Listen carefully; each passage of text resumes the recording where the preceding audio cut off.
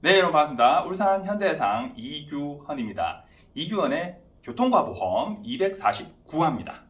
네, 이번 주에 뭐 살펴볼 거냐면 6월 29일 날 손해보험협회에서 그 맨날 욕먹는 거 있잖아요. 손해보험협회 표준 과실 도표에 대한 개정이 있었습니다. 개정을 좀 사실 좀 대폭했는데 뭐 뭔가 많이 바뀌었냐, 내용이 뭔가 바뀌기보다는 이게 폼을 좀 바꿨어요. 예전에는 차대 차 사고, 차대 오토바이 사고, 차대 자전거 사고 이렇게 분류하고 차대 보행자 사고 이런 식으로 분류를 했었는데 차대 차 사고 안에 차대 오토바이 사고를 집어넣어 버렸어요. 그냥 예를 들면 신호가 없는 사거리 교차로 직진하고 직진하는 차대 차 사고 따로, 직진하고 직진하는 차대 오토바이 사고 따로 이렇게 해놨던 걸 그냥 차대 차 사고 딱 해놓고 거기 뭐라 해놨냐면 우자위험 부담 원칙에 의해서 오토바이는 한 5%에서 10% 감산할 수 있다 이렇게 해놨어요. 그럼 무슨 얘기예요? 근데 5%뭐 이런 거 잘 감산 안 하잖아요. 우리 7대3, 8대2 할 때 70%대 30%, 80%대 20%지 뭐 75대 25 이런 것이 잘 안 나오거든요. 나오긴 합니다. 잘 안 나오거든요. 5% 이런 거 별로 안 좋아해요. 7대3 아니면 8대2지 뭐 무슨 뭐 75대 8, 25 이런 거 안 좋아하거든요. 그러니까 보통 예를 들어서 차대차 사고에서 6대4면 예를 들어서 뭐 오토바이 쪽이 4다, 차가 6이다. 그러니까 예를 들어서 차대 차인데 차가 6이고 이 차가 4다 했을 때 이 차가 4가 적용될 이 차가 오토바이다. 그러면 오토바이 10% 까져가지고 7대3 이렇게 적용한다라고 이해하시면 될 것 같고요. 그래서 그 손해보험협회 표준과실도표 제가 링크를 걸어 드릴 거예요. 밑에 영상만 보고 밑에는 그냥 안 본다 이러지 말고 더보기 누르면 이렇게 쭉 열리니까 그 내용 한번 보세요. 거기 보면 이제 이렇게 바꿨어요. 차 예전에는 과실도표 뭐 254도, 243도 이래가지고 앞에 2 들어가면 차대 차고 뭐 1 들어가면 차대 보행자고 3 들어가면 차대 오토바이고 뭐 이런 식으로 했거든요. 그러니까 123, 323, 223 뭐 이런 식으로 앞에 1, 2, 3이 들어가는 게 차냐 오토바이냐 뭐 이런 거 구분이었는데 우리는 알지 일반인이 어떻게 아냐. 그래서 그냥 아예 보기 좋게 차 1-1, 차 32-1 뭐 이런 식으로 차대 차 사고, 예. 그 다음에 5 1-1 보행자 1-1 이런 식으로 바꿨어요. 바꿔서 그 보기 좋게 정리를 좀 했다라고 보시면 될 것 같고요. 그리고 표준과실 도표의 기존에 적용되던 과실 비율에 바꾼 게 하나 있어요. 바꾼 거 뭘 바꿨을까? 자, 여러분 이 사진을 잘 보세요. 사진을 잘 보세요. 뭐가 보여요? 도로입니다. 위에 뭐 고가도로도 있고요. 자, 내가 신호받아서 직진을 해요. 요 우회전을 위한 차로가 하나 더 생긴 거고 원래는 2차로예요. 여기 2차로, 맞은편에도 2차로. 그 직진을 해요. 내 신호에 직진을 해요. 근데 맞은편에서 좌회전을 하네. 사고가 났네.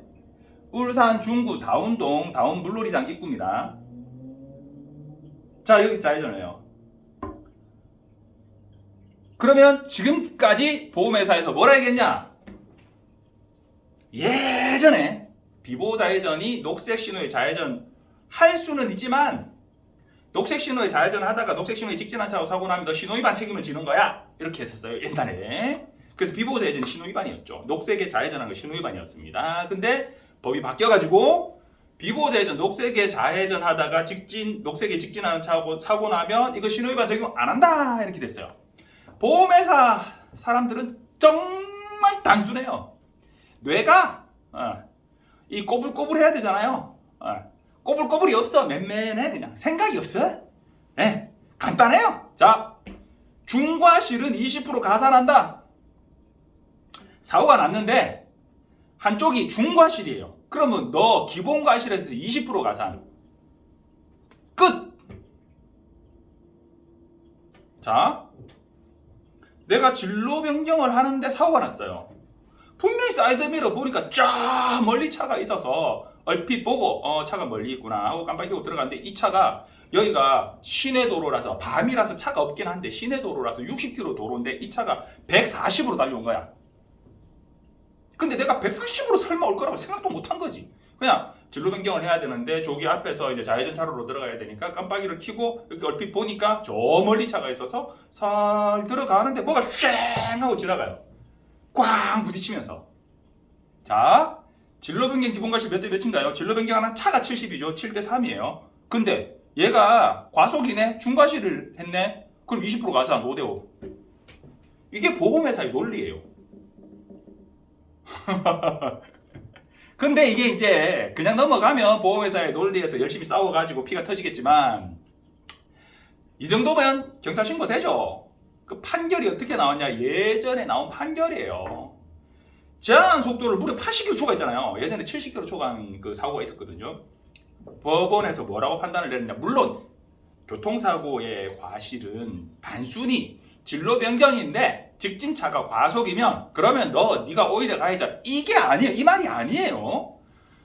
60km 도는데 얘가 81km로 딱 달려가지고 얘가 딱 과속 기준이 딱 걸리는 거야. 그래. 너 중과실. 그럼 80으로 가면 중과실 아니네? 그죠? 그러니까 현저히 넘었을 때.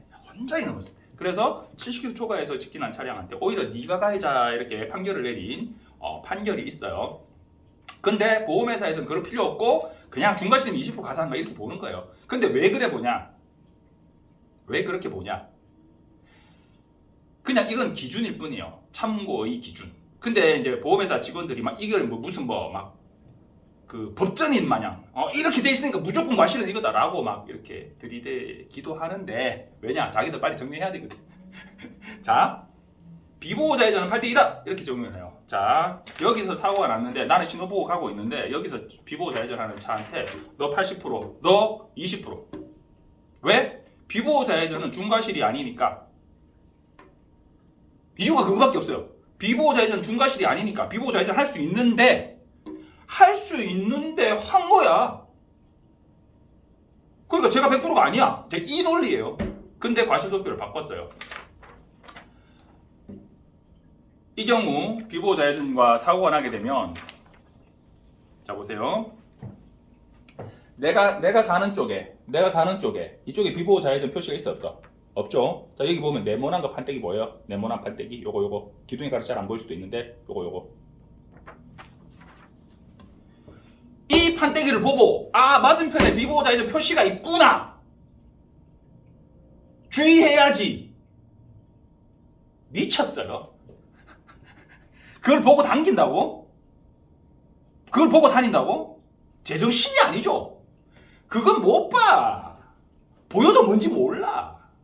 직사각형 약간 길게 돼 있거든요. 이 표시가 있고 밑에 글씨가 있어요. 직진 신호 시 좌회전 가능 이런 표시가 있어요. 그래서 그거 없어도 이거 좀 길게 이렇게 돼 있어요. 자, 비보호 좌회전 기본 과실이 몇 대 몇으로 됐냐? 9대 1로 바뀌었어요. 9대 1인데 단 전제 조건이 있어요. 과실의 가감산 요소에 여기처럼 맞은편에는 비보호 좌회전 표시가 없어. 여기도 비보호 좌회전, 여기도 비보호 좌회전이면 여기 비보호 좌회전 표시가 있을 거 아니에요, 그죠? 그러면 우리 쪽에서 비보호 좌회전을 할 수 있는 것처럼 맞은편에서도 비보호 좌회전 할 수 있지 않을까래? 라고 내가 생각이라도 할 수 있잖아. 근데 여기는 우리 쪽에는 없어. 그럼 내가 도대체 뭘 어떻게 주의할 거란 말이에요. 그래서 우리 쪽에 비보호 좌회전 표시가 없으면 직진 차량의 10% 감산. 무슨 말이에요? 9대 1인데 10%를 까주는 거야. 그럼 100대 빵이라는 얘기야. 그래서 저는 이걸 이렇게 해석해요. 비보호 좌회전은 100대 빵인데 다만 직진하는 네 쪽에 맞은편에 네 쪽에 신호등 위에 비보호 좌회전 표시가 있으면 그럼 니도 그거 보면서 맞은편에도 비보호 좌회전 할 수 있겠네라고 좀 주의했었어야지. 너 10% 가산. 그래서 9대 1 된다라고 이해를 하시면 될 것 같아요. 제가 여기가 울산 중구 다운동이거든요. 울산 중구 다운동 척과 쪽에서 나오면서 이제 다운 아파트를 지나서 울산 중구 태화동을 지나서 동강병원을 지나는 곳까지 이제 울산의 태화루라고 있어요. 태화교 옆에 거기까지 나오면서 비보호 좌회전 표시가 있는 교차로를 다 세봤어요. 세봤더니 몇 개냐? 그 다운동에 비보호 좌회전 구간이 좀 많은 곳이에요. 거기가 총 12군데의 비보호 좌회전 표시가 있는 교차로가 있어요. 그 중에 양쪽 다 비보호 좌회전 표시가 있는 곳이 8곳, 한쪽만 비보호 좌회전 표시가 있는 곳이 4곳이에요. 자, 그러면 9대1이 맞아요. 사실 양쪽 다 있는 데가 더 많거든. 9대1인데 이 4곳 맞은편에 비보호 좌회전 표시가 없는 곳, 거기서 좌회전하다 사고 나면 100%라는 얘기예요. 왜냐? 도대체 뭘 보고 주의를 하란 말이야. 뭘 보고? 나는 그냥 신호 보고 가고 있는데, 그죠? 자, 뭘 주의할 거예요? 뭘? 맞잖아요. 이것도 그나마 우리 신호기 쪽에 있는 게 아니고 반대편 신호기 쪽에 붙어 있어. 이걸 어떻게 주의를 해요? 비보호 좌회전은 기본 9대1, 우리가 보는 쪽에 비보호 좌회전 표시가 없으면 100대0. 바뀌었습니다. 전에는 9대1 했었는데 보험회사에서 8대2 했었는데 8대2 주장하니까 이 직진하던 차량이 억울하다 소송 가가지고 판결을 받아보니 판결에서는 뭐라 나오냐? 9대1 나오더라는 거예요. 8대 인정 안 해주더라는 거야, 법원 쪽에서는. 그래서 9대1로 바꿨어요. 그게 언제부터 바뀌었냐? 2023년 6월 29일부터 표준 과실도표가 바뀌었고, 여러분들 보시는 과실도표 손해보험협회 쪽에 이제 들어가서 과실도표 보시거나 혹은 교통사고 과실 비율이라는 어플이 있어요. 어플을 통해서 보시면 거기 9대1로 바뀌어 있습니다. 바뀌어 있고요. 그리고 하나 더 뭐 얘기를 하고 싶냐면 차 32-1 골목길 교행 중 사고. 교행 중 사고 둘이 쿵 부딪히면 5대5입니다. 5대5라고 돼 있어요. 5대5라고 돼 있는데 그거는 이런 거예요. 커브길, 시골길, 풀막 나 있고 나무 있고 안 보여? 가는데 불빛이 보여. 소리가 들려. 이라고 섰어요. 근데 얘는 주의 못하고 와가지고 쿵 박았어요. 어이쿠, 내가 섰는데 와서 박았어요. 이런 거. 아니면 나도 생각 못하고 지도 생각 못하고 그냥 가다가 쿵 박았어요. 그런 거. 아니면 가는데 내가 휙 돌아가는데 이 차가 보여. 이러고 브레이크 딱 밟아가 타이어가 서자마자 와서 쿵 박았어요. 이런 거. 그럼 얘는 뭐라 하냐? 나는 섰는데 지가 와서 박았다 이렇게 하거든요. 그거 정지로 인정 안 돼요. 판결의 판례에도 나와요. 가다가 뒤늦게 위험을 인지하고 브레이크 밟아가지고 타이어가 서고 이내 사고 발생하고 이러면 그거 정지라고 안 봐준다. 정지는 커브 길에 이 커브가 이렇게 휘어지는 도로에 소리가 들리네? 차가 맞은편에 차가 오나? 이거 비키기 어려운데? 아니면 거의 임박 다 해가지고 비킬 생각도 못하고 불빛이 보이거나 소리가 들려가지고 이러고 브레이크 밟아 섰는데 얘는 툭 튀어나오면서 이제 쿵 박았다. 그러면 나는 섰다라고 인정해가지고 5대5에서 10% 까줘요. 그게 6대4예요. 그런데 보험회사에서 뭐라 하냐? 차가 와요. 크게 이런 도로예요. 차가 와요. 차가 오네. 여기 차를 비킬 때가 있네. 섰어요.